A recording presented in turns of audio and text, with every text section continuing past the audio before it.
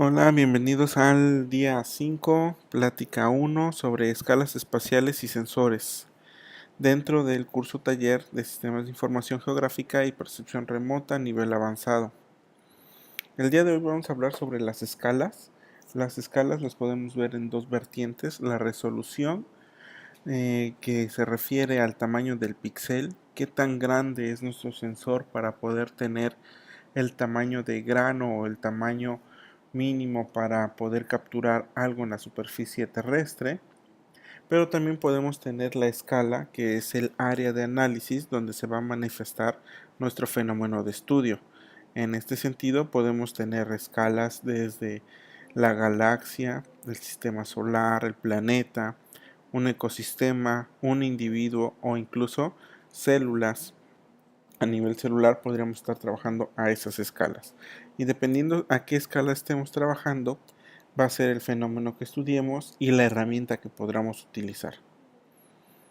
En este gráfico de Jensen nos muestra, por ejemplo, qué tipo de fenómeno quieren estudiar y a qué escala temporal o resolución espacial nos recomiendan trabajar. Veamos el caso del clima. Si estuviéramos estudiando fenómenos climáticos, tendríamos que trabajar una escala espacial de 10 kilómetros a 100 kilómetros, porque es donde se expresa un clima. Para que tengamos una variación de climas, tenemos que estar viendo esta distancia.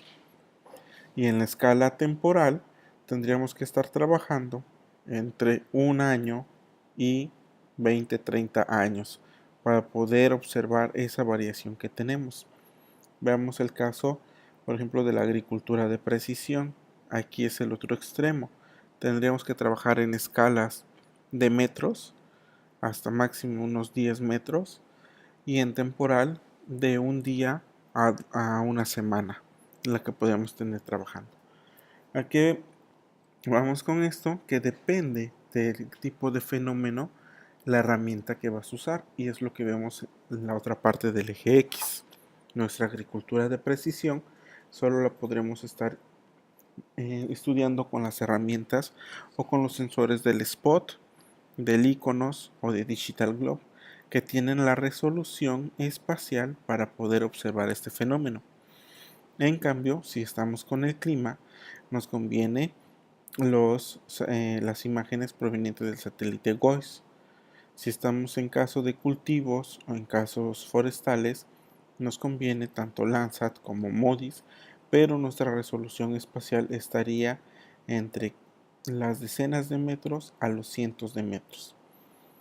Veamos el ejemplo de geología. Nuestra resolución espacial puede ir incluso desde los 10, 8 metros hasta el kilómetro, pero en la temporal, para observar un proceso geológico, se va a requerir de 50 o más años.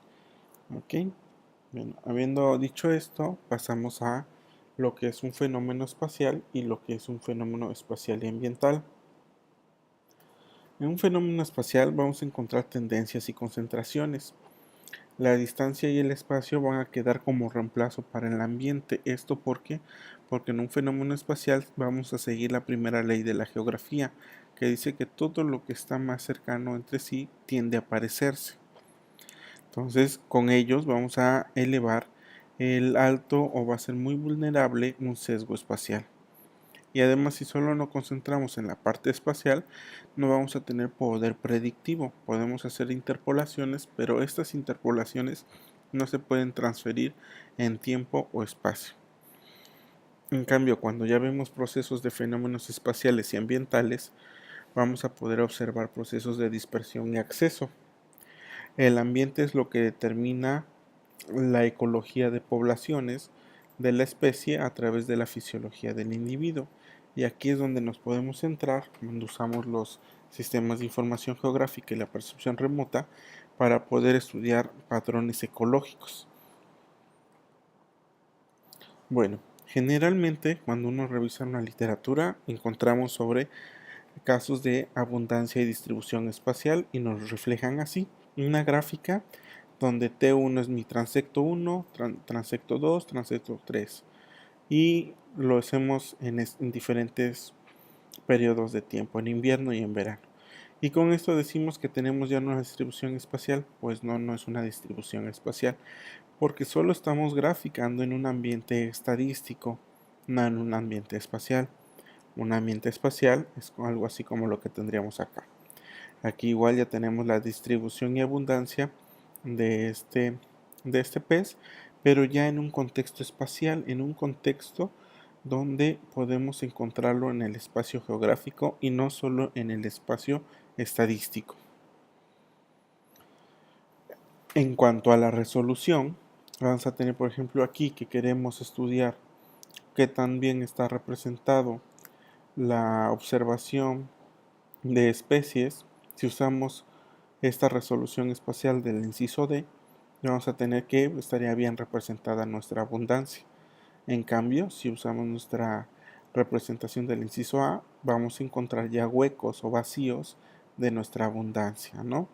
Vean cómo si hacemos un índice entre lo observado y lo visto, el inciso D tendemos a 1, es decir, todo está muy bien, mientras que en el inciso A tendemos a 0.4.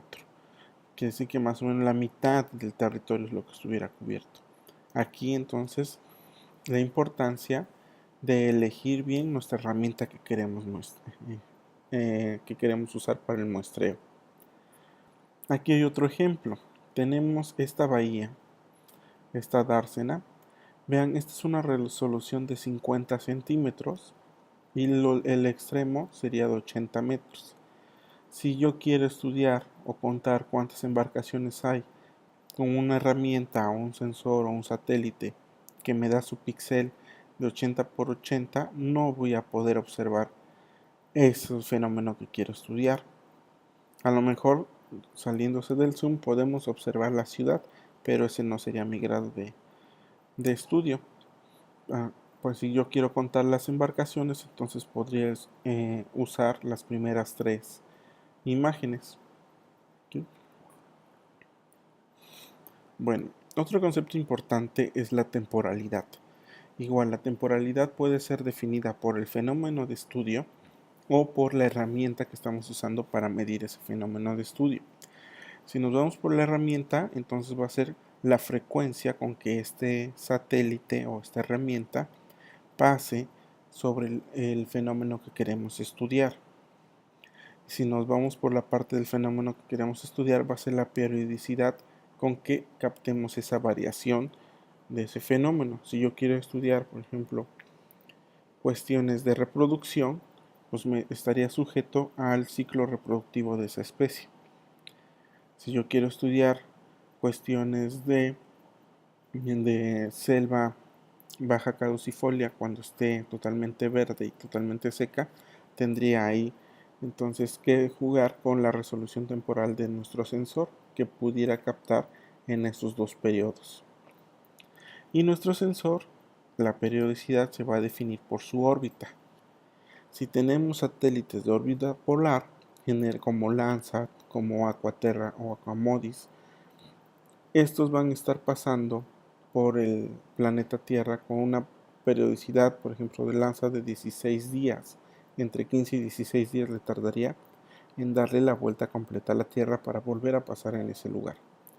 Pero si estamos hablando con satélites, por ejemplo, de otro tipo de órbita, como los que se usan para telecomunicaciones, estos están más cercanos al planeta y por lo tanto giran al mismo tiempo que gira el movimiento de rotación de la Tierra, y eso es una de las cuestiones por lo cual, por ejemplo, cuando instalamos un satélite de alguna televisión, de una compañía de cable, siempre ven que lo ajustan y están apuntando siempre al mismo lugar.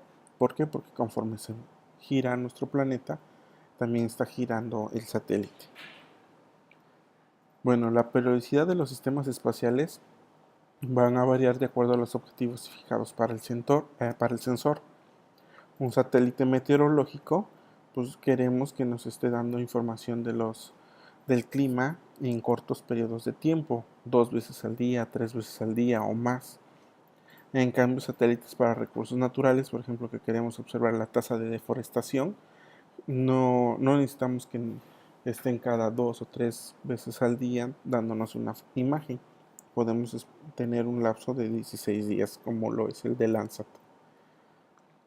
Vamos a pasar a otro aspecto que es el de la resolución espectral, y este indica el número de anchura de las bandas espectrales que pueden discriminar un sensor. Por lo tanto, un sensor será tanto más idóneo cuanto mayor número de bandas proporcione. ¿A qué se refiere esto? Pues que nos va a facilitar la caracterización espectral de distintas coberturas. Esta es nuestra longitud de onda. Nuestra resolución espectral va a ser cuántas veces estoy dividiendo esta longitud de onda. Si yo solo lo divido en 3, entonces toda la variación que caiga en el azul no la voy a poder captar. Si yo en el azul tuviera una subdivisión, podría captar lo que cae en el morado y lo que cae en el azul. Entonces, mientras más divisiones tenga esta longitud de onda, mejor voy a poder discriminar los objetos que esté capturando esta imagen. Recordemos que el espectro electromagnético solo nuestros ojos ven una parte, que va aproximadamente de los 400 nanómetros a los 650-700 nanómetros. Y tenemos 3 bandas, el azul, el verde y el rojo. Seguidito, pegado a los 700 nanómetros, vamos a encontrar un infrarrojo cercano. Cuando tenemos la combinación del espectro visible y parte también del infrarrojo cercano, es cuando podemos hacer otros estudios, otros índices, como por ejemplo observar la vegetación o la calidad de la vegetación. Y si ya vamos abarcando más espectro de luz, pues podemos hacer muchos más estudios, desde los térmicos o hasta regiones de microondas. Esto nos va a llevar a la unidad mínimo de mapeo. La unidad mínimo de mapeo es la superficie o el fenómeno que podemos capturar con nuestro sensor. En esta tablita podemos ver el ejemplo de Landsat. Landsat nos sugiere que como unidad mínima de mapeo sea de la media hectárea a las 5 hectáreas. Y ya este estudio también nos da un ejercicio de cuánto nos cuesta el esfuerzo de muestreo. Generalmente aquí va de $0.5 por kilómetros cuadrados. Pero veamos si queremos hacer algo mucho más fino, que sea, por ejemplo, esta de 0.1 hectáreas, que son los satélites de iconos, de Quidbir o fotos aéreas. Los primeros 2 satélites son los que tenemos tanto en Bing como en Google Maps o Google Earth. Entonces aquí nuestro tamaño mínimo de muestreo es de 0.1 hectáreas. Esto no significa que por lo tanto el iconos y el Quidbir sea mejor que el Landsat. ¿Okay?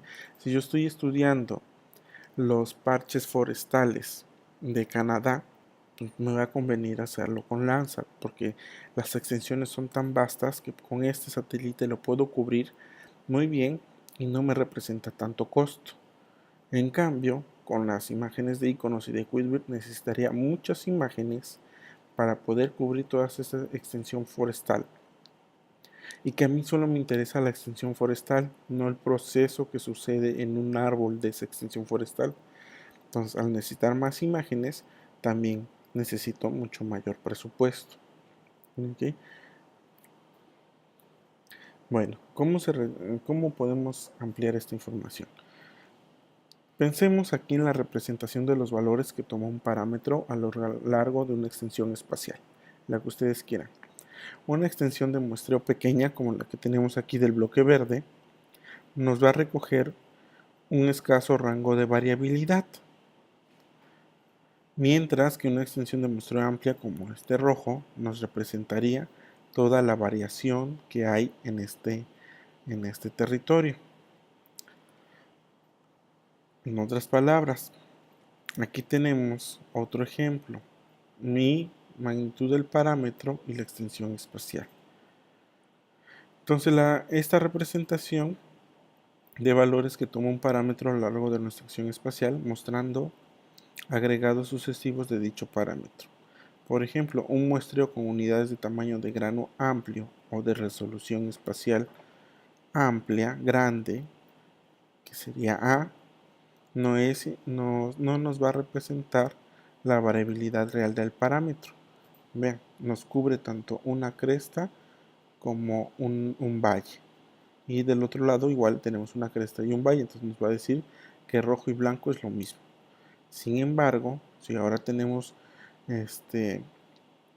un muestreo de grano fino, una imagen satelital de resolución espacial muy fina, nos va a mostrar que tenemos cresta, tenemos valle, tenemos cresta y tenemos valle.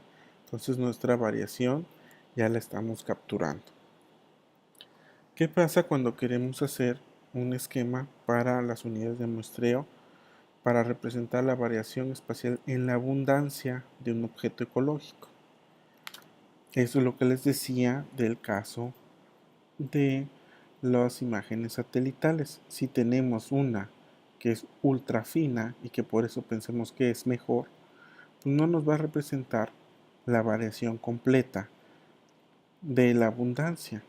En cambio, una imagen un poco menos fina sí nos representaría la variación que hay en la abundancia. Sí podemos estar capturando los datos de abundancia que tenemos en este estudio ecológico. Para hacer este tipo de análisis, además de las herramientas como son las imágenes satelitales, disponemos de una inmensa variedad de software que nos permiten utilizar estas imágenes, desde software libre, de código abierto, de código libre, hasta software privado, aunque tenemos que pagar por ellos. Software de instalación en tu computadora o software que esté directamente en la nube. Entonces, y cada vez esto ya es mucho más accesible, mucho más sencillo de manipular, que se pueden utilizar estas herramientas. Lo importante no es que nos casemos con un solo software, que solo agarremos uno solo. Lo importante es que sepamos el proceso de cómo hacer las cosas.